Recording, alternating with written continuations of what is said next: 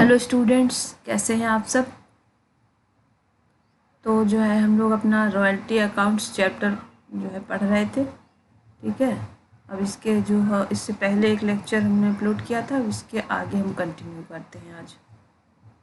ठीक है, ओके। जो भी आपको इसमें समझ में आ गया होगा मेरे ख्याल से, और जो भी प्रॉब्लम्स अगर आए तो आप मैसेज के थ्रू पूछ सकते हैं। ठीक है, तो जैसा कि कल हम लोगों ने पढ़ा था कि रॉयल्टी अकाउंट या रॉयल्टी से क्या मीनिंग है, आपकी रॉयल्टी की मीनिंग पढ़ी थी।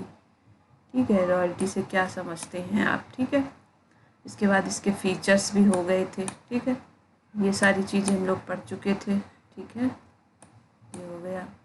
अब आपकी इसमें रॉयल्टी के हमने आपको ये भी बता दिया था कौन कौन से बिजनेस में यूज़ होते हैं, माइनिंग्स में यूज़ होते हैं, है ना। कॉपीराइट रॉयल्टी होती है, पेटेंट रॉयल्टी होती है, प्रोडक्शन रॉयल्टी होती है, और अदर कोई भी टाइप की रॉयल्टी हो सकती है। ठीक है, इनमें कोई ख़ास फ़र्क नहीं है, आपको सभी में जनरल एंट्रीज एक जैसी करनी होती हैं। ठीक है, ये दो दो पार्टीज़ होती हैं, आपको पता है, एक लैंडलॉर्ड होते हैं, एक लीजर होते हैं। ठीक है, पब्लिक बुक्स के या कॉपीराइट के मामले में दो होंगे, एक पब्लिशर होगा, एक ऑथर होगा। ठीक है, पेटेंट रॉयल्टी में भी एक पेटेंट यूज़र होगा और पेटेंटी होगा।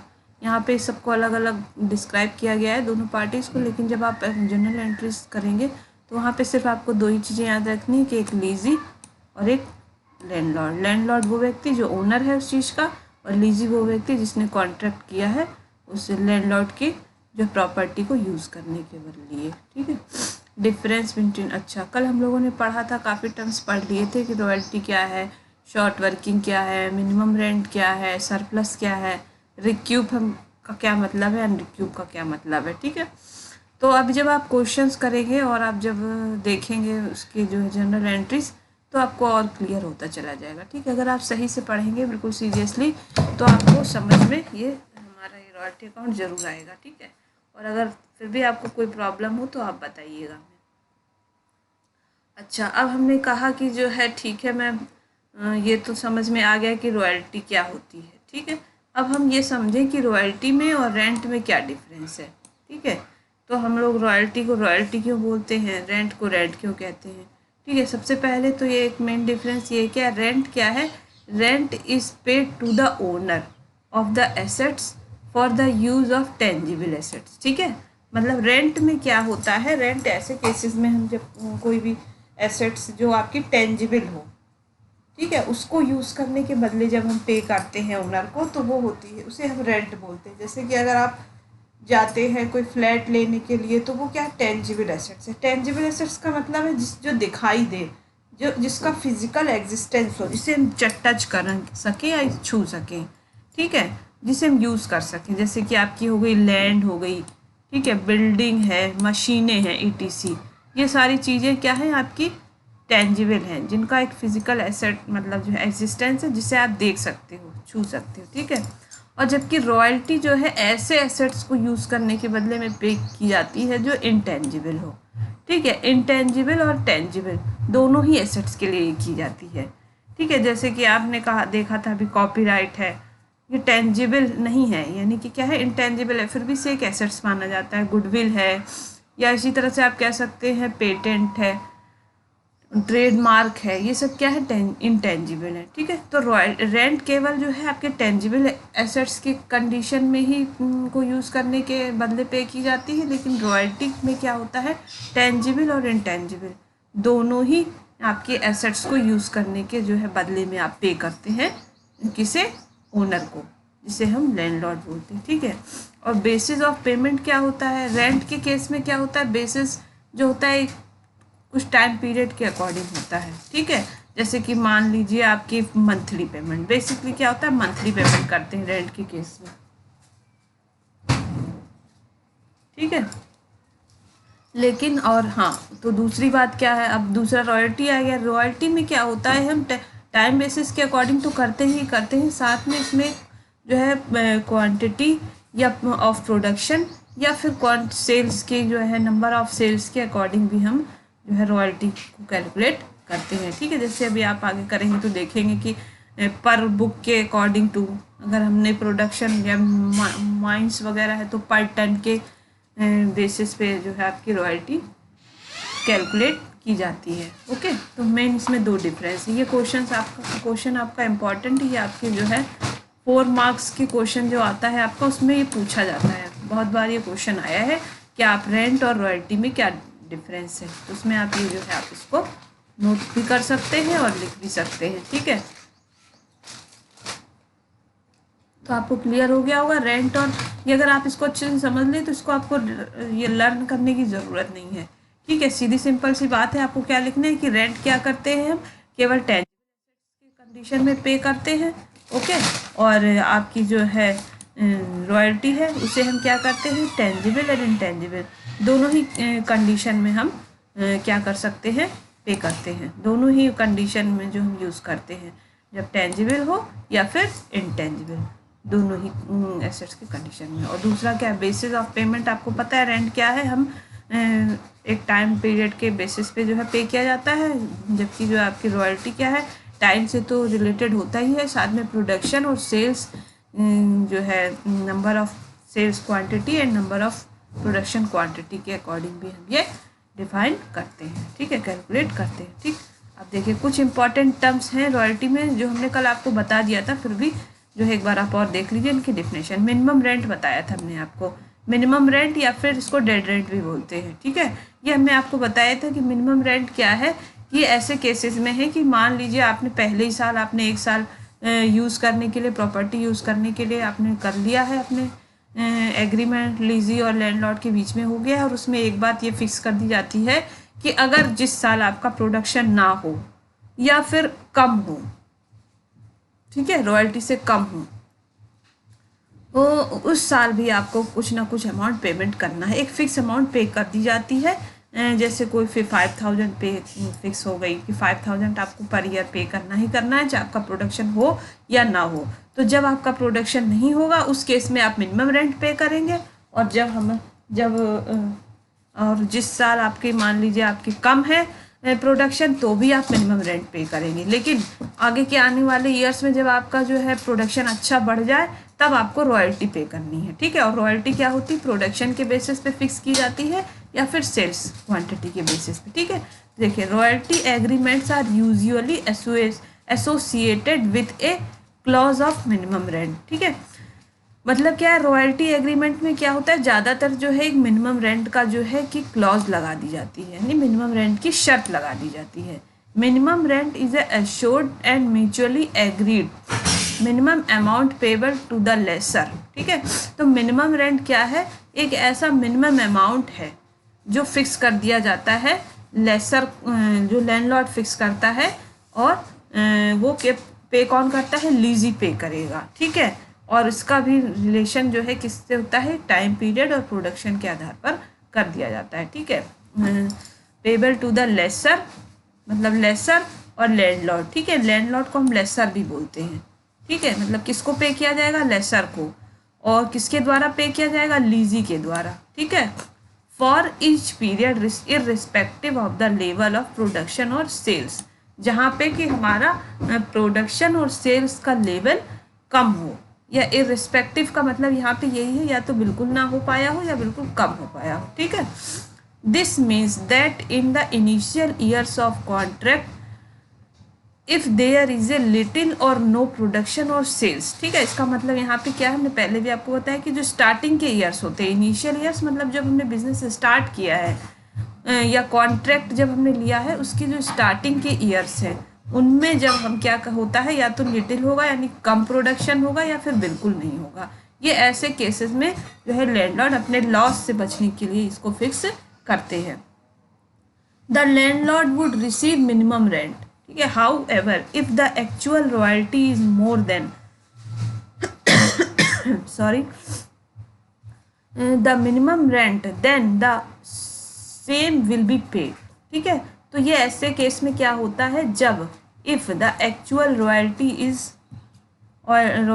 इज मोर देन, क्या होती है, एक्चुअल रॉयल्टी क्या होती है, is more than the minimum rent then the same will be paid. और जब रॉयल्टी आपकी मिनिमम रेंट से ज़्यादा मतलब ज़्यादा होती है, तब आप क्या करते हैं और आपके पास प्रोडक्शन ना हो रहा हो, तो आप क्या करेंगे, मिनिमम रेंट आपको पे करना ही करना है, और जब प्रोडक्शन आपका अच्छे लेवल पे पहुंच जाए तब आपको रॉयल्टी पे करनी है। जो रॉयल्टी की अमाउंट जो कैलकुलेट होके आएगी according to product number of या लेवल ऑफ प्रोडक्शन और सेल्स। ठीक है, क्लियर है।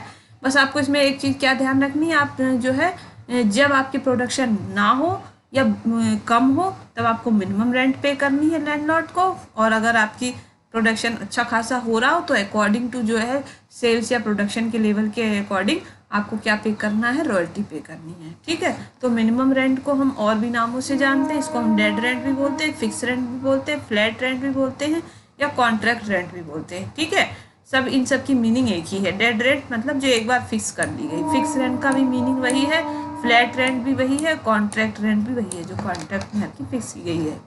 ये आपकी अकॉर्डिंग टू लैंडलॉर्ड होगी, वो कुछ भी फिक्स कर सकते हैं, 5000 पर ईयर, 6000, 10,000, 12,000। ठीक है, ये तो इस पर कोई आपकी पाबंदी नहीं है, जैसा भी लैंडलॉर्ड फिक्स करे। ठीक है, ये हो गया आपका मिनिमम रेंट के बारे में। तो इसमें बता रहे हैं the main object of minimum rent is to safeguard the owner by the loss. ठीक है, हमने आपको पहले ही बताया कि क्या है, इसका क्या मेन पर्पस होता है, जो ओनर है या लैंडलॉर्ड है वो अपने लॉस से बचने के लिए ये जो है आपकी क्लॉज में ये जोड़ता है। ठीक है, विच में occurs on account of low production in initial year, क्योंकि स्टार्टिंग के ईयर्स में ये हो सकता है कि आपके प्रोडक्शन कम हो। ठीक है, क्यों कोई आपने गया बंदा भैया कोई नया उसने अमाउंट नया आपने बिजनेस स्टार्ट किया, तो ऐसा थोड़ी कि गया और पहले दिन से ही प्रोडक्शन बहुत बढ़िया एकदम स्टार्टिंग से ही होने लगे।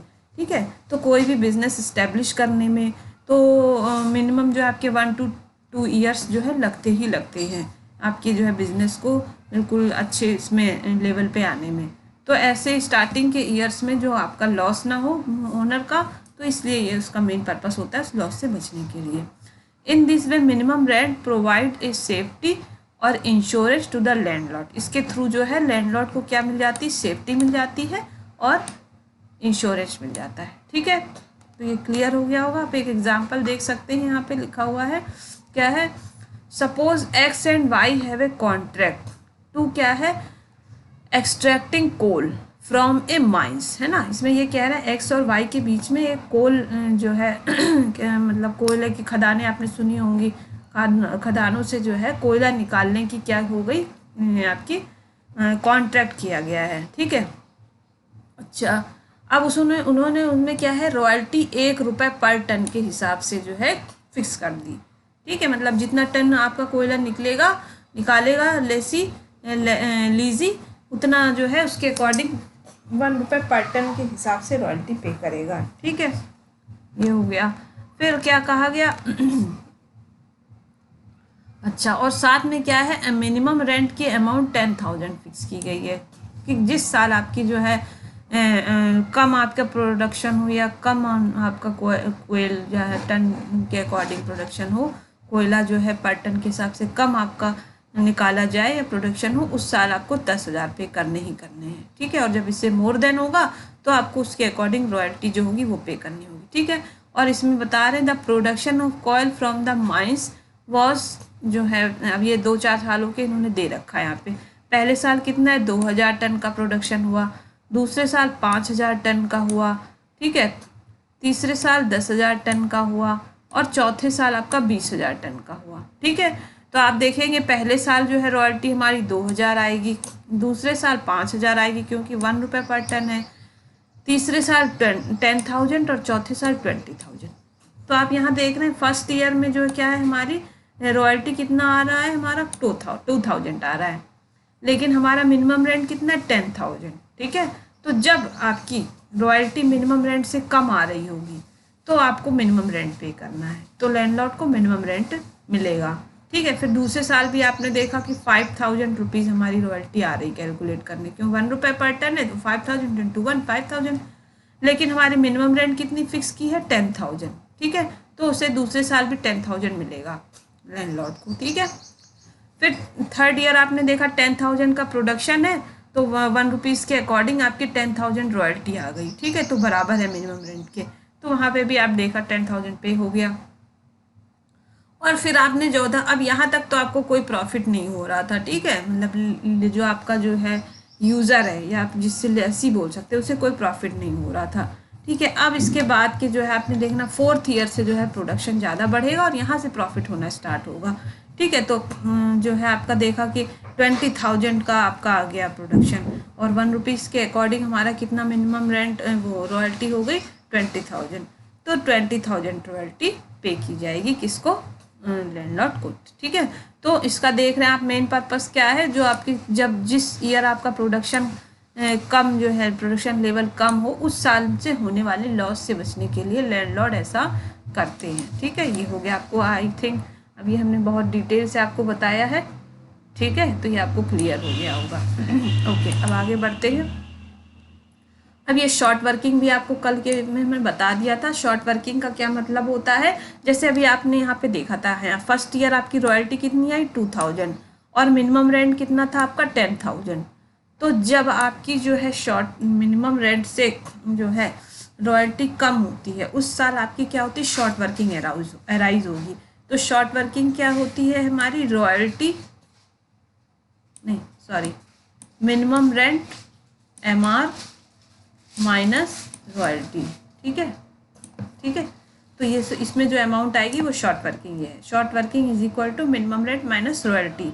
तो इसमें आप सीधा साफ समझ सकते हैं, जिस साल आपकी रॉयल्टी मिनिमम रेंट से कम होगी उस साल आपकी शॉर्ट वर्किंग अराइज होगी, और when minimum rent more less than royalty then आपकी सरप्लस आएगी। मतलब कि जिस साल आपकी मिनिमम रेंट ज़्यादा होगी वहाँ पे आपकी शॉर्ट वर्किंग अराइज होगी, और जिस साल आपकी रॉयल्टी ज़्यादा होगी उस साल आपको सरप्लस मिलेगा। ठीक है, तो when in any year the amount of actual royalty is less than the minimum rent, the difference between the two is called short working. ठीक है, in other words the excess of minimum rent over royalty is called short working. ठीक है, अभी आपको समझ में आ भी गया होगा, कल भी हमने क्योंकि बताया था।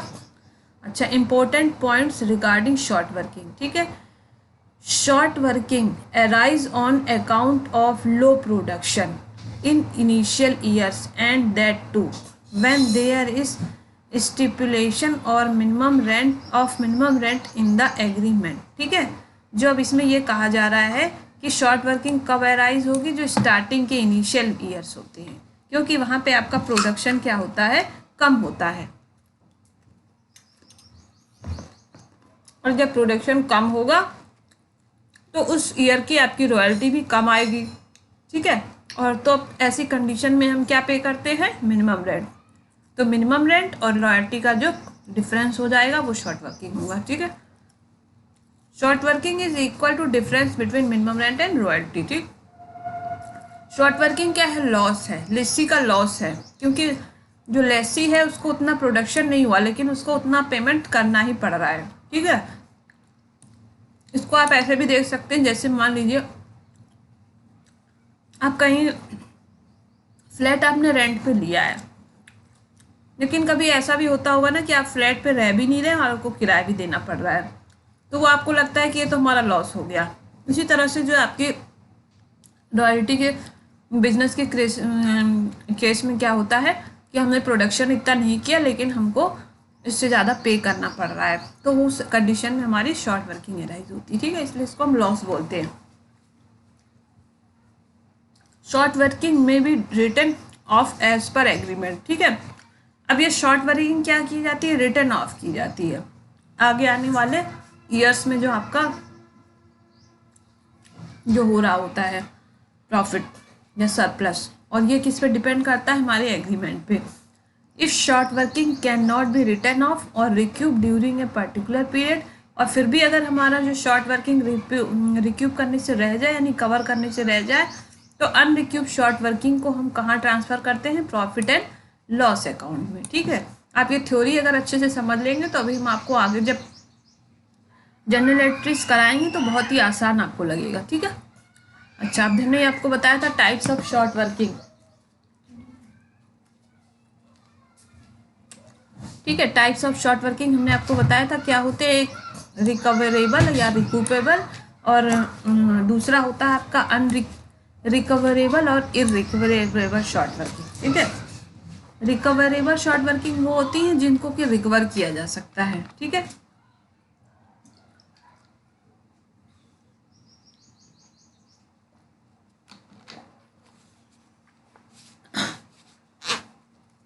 फॉर एग्जाम्पल अभी हमने आपको बताया था ऊपर केस में, ऊपर एक एग्जाम्पल था, ठीक है।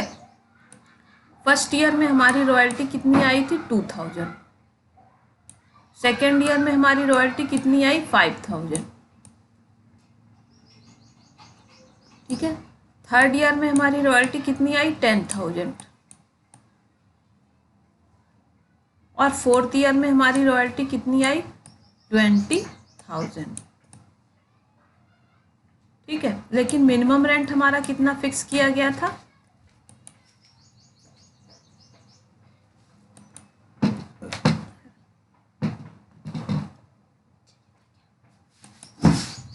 मिनिमम रेंट हमारा कितना फिक्स था 10000, ठीक है। पर ईयर आपकी मिनिमम रेंट क्या है इक्वल होती है, ठीक है। दूसरे साल भी 10000, तीसरे साल भी आपकी 10000 और फोर्थ ईयर में भी आपकी ये मिनिमम रेंट कितनी है 10000, ठीक है। तो आप ये देखेंगे जिस ईयर आपकी रॉयल्टी कम है यहाँ पे मिनिमम रेंट से, तो यहाँ पे क्या आ गया आपका शॉर्ट वर्किंग एराइज हो गया, ठीक है। एस डब्ल्यू फर्स्ट ईयर आपका कितना है 8000, ठीक है। सेकेंड ईयर में आपका एस डब्ल्यू आप भी देखिए आपकी रॉयल्टी मिनिमम रेंट से कम है, तो यहाँ पे आपकी शॉर्ट वर्किंग आ गया 5000, ठीक है। नेक्स्ट ईयर में इसके बाद वाले में आपके दोनों ही इक्वल है, तो यहाँ पे कोई शॉर्ट वर्किंग नहीं होगी।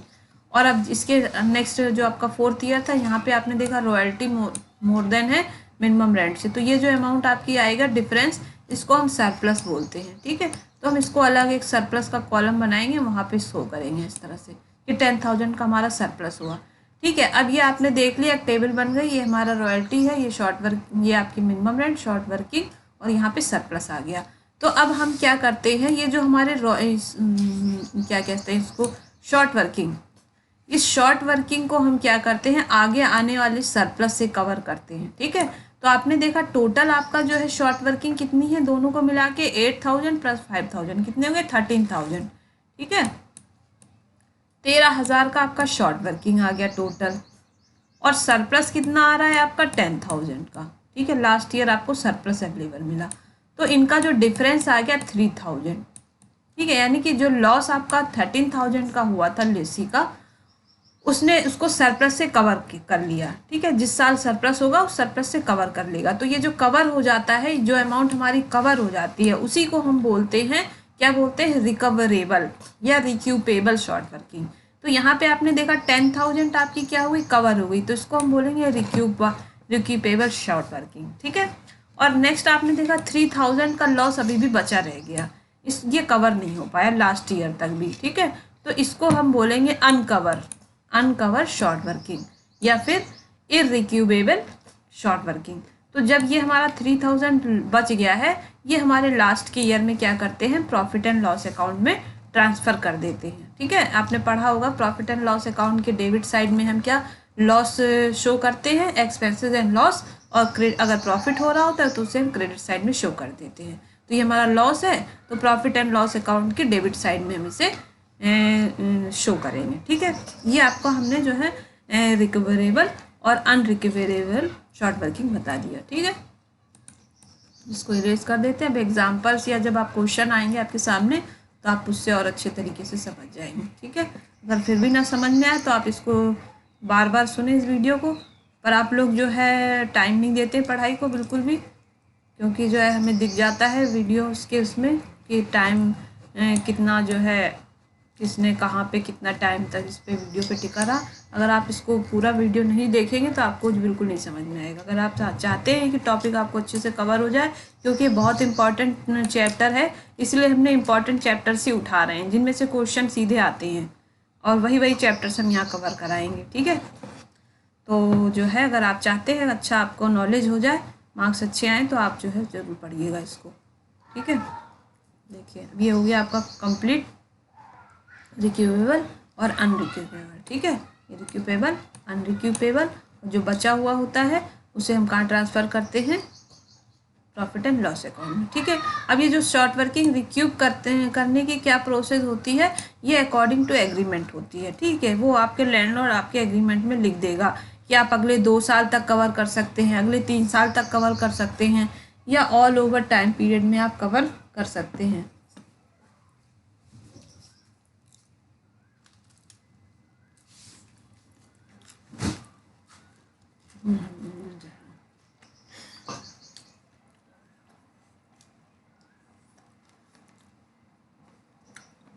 ओके, अब इसकी जो है जब जैसे जैसे क्वेश्चन करेंगे आपको हम बताएंगे, ठीक है, ये भी नहीं बता रहे आपको। अब यह है कुछ रूल्स हैं रिक्रूटमेंट के लिए, शॉर्ट वर्किंग के। रिक्रूटमेंट क्या होता है अकॉर्डिंग टू हमारे कह सकते हैं एग्रीमेंट, ठीक है। और रिक्रूटमेंट क्या होता है, एक लिमिटेड टाइम पीरियड उसमें दिया जाता है, उसी में आप रिक्रूट कर सकते हैं। कहीं कहीं लिमिटेड अमाउंट भी दे दिया जाता है कि उतना ही अमाउंट आप रिक्रूट कर सकते हैं। बैलेंस जो बचता है हमारा शॉर्ट वर्किंग, उसको बैलेंस शीट में शो करा जाता है, ठीक है। अनरिक्यूब शॉर्ट वर्किंग को हम प्रॉफिट एंड लॉस अकाउंट में शो करते हैं। ट्रांसफ़र और recoup short working to profit and loss, ठीक है। ये सब आप थ्योरी है, आप इसको जो है हमने थोड़ा सा आपको रोक भी दिया है, आप वीडियो को पॉज करके इसको आप पढ़ भी सकते हैं और नोट भी कर सकते हैं, ठीक है। तो कभी कभी पूछ लेते हैं कि शॉर्ट वर्किंग पे आप शॉर्ट नोट लिखिए, है ना, तो उसमें आप ये लिख सकते हैं शॉर्ट वर्किंग की डेफिनेशन, फॉर्मूला, और ये इस तरह से ये 3-4 लाइनों में अगर आप लिख देंगे तो आपको फुल मार्क्स मिलेंगे। ओके अच्छा, ये सब जो है आपकी जो है ये बताया गया है कि जब कोई क्या आपकी कंडीशन दी गई हो, तो ये इतना इम्पोर्टेंट नहीं है। ये आप जब हम आपको इलस्ट्रेशन कराएंगे उससे आप ये खुद ही समझ जाएंगे, इसलिए इसमें आपको ये थ्योरी पढ़ाने की ज़रूरत भी नहीं है। अब देखते हैं आगे हमें क्या पढ़ना है। हाँ, अब हमें सीधे पढ़ना है आपकी अकाउंटिंग ट्रीटमेंट क्या करते हैं, ये सारा थ्योरी का मैटर हो गया।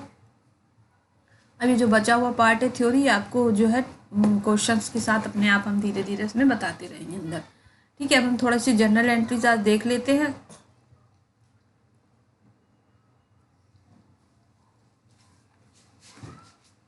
ठीक है, अच्छा, अब हमने आपको जो है ये जो है आपको बस ये मेन चीज़ समझ लेनी है कि मिनिमम रेंट क्या होती है और रॉयल्टी क्या होती है, इसी के आधार पर जनरल एंट्रीज बनती हैं, ठीक है। तो इसके आधार पर हमारे थ्री केसेस बन जाते हैं, 3 कंडीशन बनती है हमारी, ठीक है। क्या क्या बनती हैं वो, पहली कंडीशन होगी, फर्स्ट होगी क्या होगी, जब आपकी मिनिमम रेंट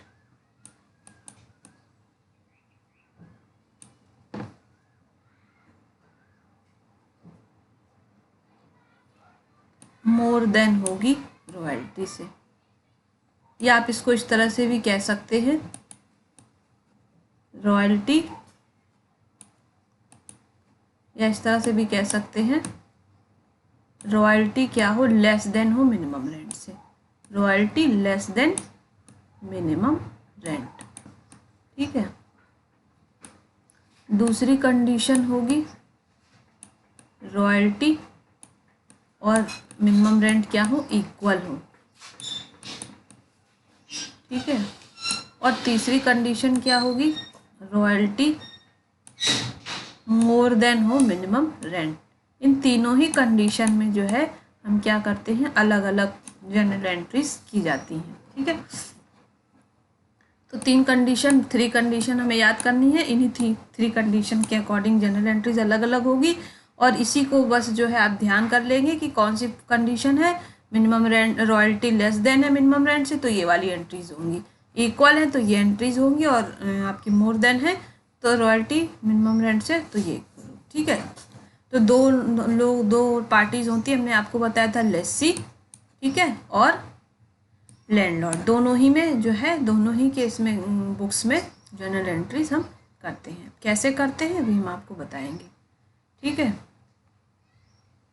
चलिए अच्छा, ऐसा करते हैं आज हम लोग इतना ही रखते हैं, ठीक है। और आगे ये हम जो है नए जो लेक्चर स्टार्ट करेंगे उसमें सीधे हम अकाउंटिंग ट्रीटमेंट या फिर जनरल एंट्रीज पे आएंगे और एक आध क्वेश्चन इलस्ट्रेशन भी करेंगे, ठीक है।